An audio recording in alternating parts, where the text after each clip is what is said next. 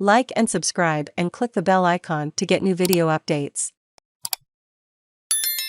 How the Libs lost their leader-in-waiting Holst Pellekaan, who was elected deputy leader of the party late last year after Vickie Chapman stepped down from the role, has been ousted from the Port Augusta-based seat after independent Geoff Brock chose to contest it, winning an overwhelming majority.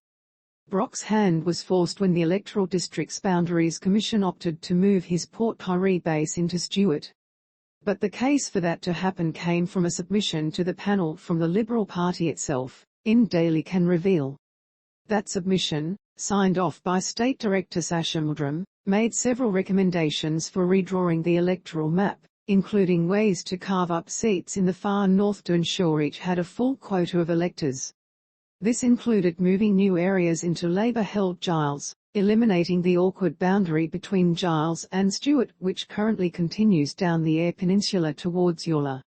The changes suggested for Giles will impact the electorate of Stuart, and we suggest that in order to make up the necessary voter numbers, Stuart's boundary shifts south to include the township of Port Pirie, which is currently in Frome, and then continue across the state above Jamestown, the submission says. The Commission adopted this advice, effectively costing the Deputy Premier and presumptive leader-in-waiting his seat. Former party president Steve Murray, who lost his Hills seat of Davenport in Saturday's bloodbath, has previously been closely involved in party submissions to the Boundaries Commission, but told InDaily today, "My input to the Boundaries submission, in 2020, was nil. I'll let you form a view as to whether or not that was a good thing or otherwise," he said. "I was happy to help, and was essentially happy to provide assistance and waited by the phone." He said the party ended up responding to a first draft of the Commission report, which would have made the Barossa seat of Schubert vulnerable to Labour, by seeking to retrospectively make some changes which have now led to the outcome we see. "I predicted Brock would win," he says, "not just because of the long-time independent's popularity in Port Pirie, but because of a looming backlash from farming communities in the state's north to the government's mining legislation." Brock created an inquiry to look into the impact on farming families. On the flip side, Holst Pellekaan guided the Mining Act through Parliament. Another Liberal insider told InDaily the submission was made to pull Port Pirie out of Frome so Frome would come back to the Liberal fold, with the party long smarting over the loss of its former safe seat to Brock after the 2009 resignation of ex-Premier Rob Kerin. Frontbencher and government strategist John Gardner pointed out that Holst Pellekaan made a separate submission to the EDBC in opposition to the party's one. He insists that Dan was very liked in Port Pirie, but concedes there were a huge number of electors who supported Geoff Brock.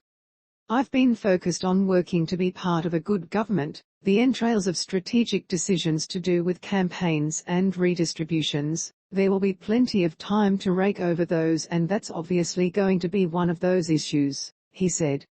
With Holst Pellekaan no chance of contesting the leadership, Gardner himself said it was too early to consider a successor for Stephen Marshall, who has confirmed he will resign from the role after the crushing defeat.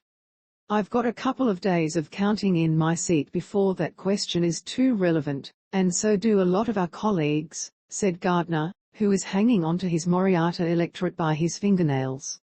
"I don't think it's appropriate for us to meet until all the assembly seats are resolved." Asked if he would be a candidate for the leadership, he said, "I'm not focused on that question at all." His fellow moderate, former police minister Vincent Hassia, likewise refused to rule out a run, saying only, "While the results are still coming in, South Australians send a clear message to us. We must fully respect that. As politicians we are there to best represent our state and communities," he said. "We need and will learn from this, and must work hard every day to rebuild.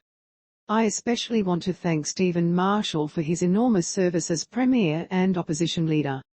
One MP who will contest the leadership is McKillop Maverick Nick McBride, telling InDaily, "I am a true Liberal from the foundations of the party and regional areas, as well as obviously representing the city of Adelaide, where his family has business interests."